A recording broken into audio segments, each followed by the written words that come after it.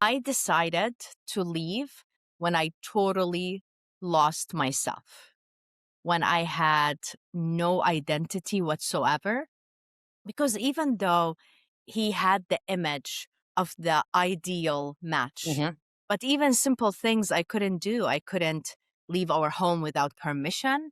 I couldn't talk to my mom more than 15 minutes a week. I wasn't allowed to have friends. I was so silenced. I was not allowed to have any identity. And that was part of the plan, marrying a young girl with no experience, so to be totally controlled and not to know any better. So when I got to a place where I got into deep depression, and when we think of depression, we think that this is something so horrible. In my life, it was the best blessing ever because that was the time I started to question the norm, question the stories I was told, question my identity. And I realized I didn't have any identity. I wasn't allowed to have any goals or dreams for the future. There's a certain role I was expected to live. And if didn't play that role perfectly, I would be considered not good, Mm-hmm. broken like the glass vase. Yes. So I got into deep depression, and that's when I started to call my mom and call my friends and ask for guidance, and no one was available. It just happened that one specific day when I needed guidance, no one was there. And that's when I was on the floor crying and just started praying. I just like, God, please help me. And that was the first time that I got a message. And the message was that I have a choice. I didn't know I had a choice. I can either choose to continue to live and satisfy everybody around me. And the problem was that at that time, I would pass the vase to the future generations. So if I had kids, I would pass it to them and I would expect Yes. the same thing from them because Mm-hmm. I wouldn't know any better. Or my other choice is to choose myself. And now it sounds simple, like, of course, choose myself. But when I'm being programmed all along that if I choose myself, I'm going to be broken. I'm going to be thrown in the trash. I'm not going to be good enough. That's when the struggle happens. And at that time, I was just 24. So imagine going through all of this internal conflict, being away from family and friends because they're in Jordan and I was in San Diego and trying to discover this. But even now, as I'm coaching people around the world, I realize how many people don't realize that they have the choice. They're worried about making mistakes. They're worried about being Yes. judged and not being seen as perfect. And this is a struggle Mm-hmm.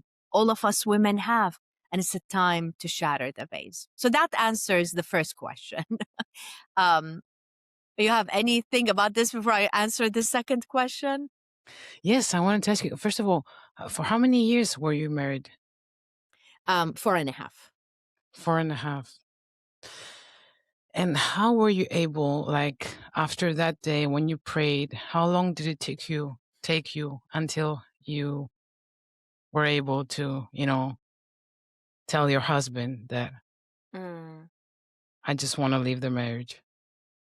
Um, it's not a matter of telling him. At that time, he was back in Jordan, starting another business in Jordan, and I was expected to continue to stay in the US, live with his parents. So I had to live with his mom. uh, so I It didn't just tell gets worse. I packed and I escaped. I couldn't tell anybody. I was giving them signs and telling them that I'm not happy, I'm depressed, and nobody understood. And the abuse the verbal abuse would be worse and worse the more I expressed what I was feeling. So I got to a place where there's nothing more I can tell them. So I Mhm. packed and I escaped. And did you have a plan at that time? No plan. The only thing I had was I rented an apartment and I activated the utilities. That was it. So it was in a low income neighborhood. Mhm. It was so scary, that neighborhood, that they had police every night in the area. The neighbors down, I was on the second floor. The neighbors downstairs, I think they were drug dealers because there was always police there every day. So I Yeah, that was all I could afford. I had a job. Thank goodness I was allowed to work, which now I look back and I realize how much a blessing it was. Because many times women that are in abusive relationships, they're expected to depend on their spouse Of course. financially and emotionally.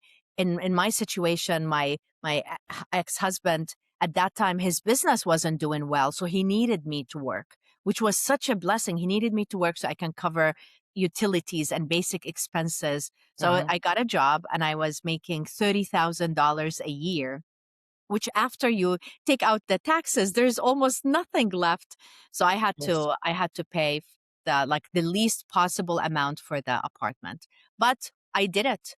And I was able to escape and go and stay in that apartment. I had no furniture. I couldn't afford to buy furniture.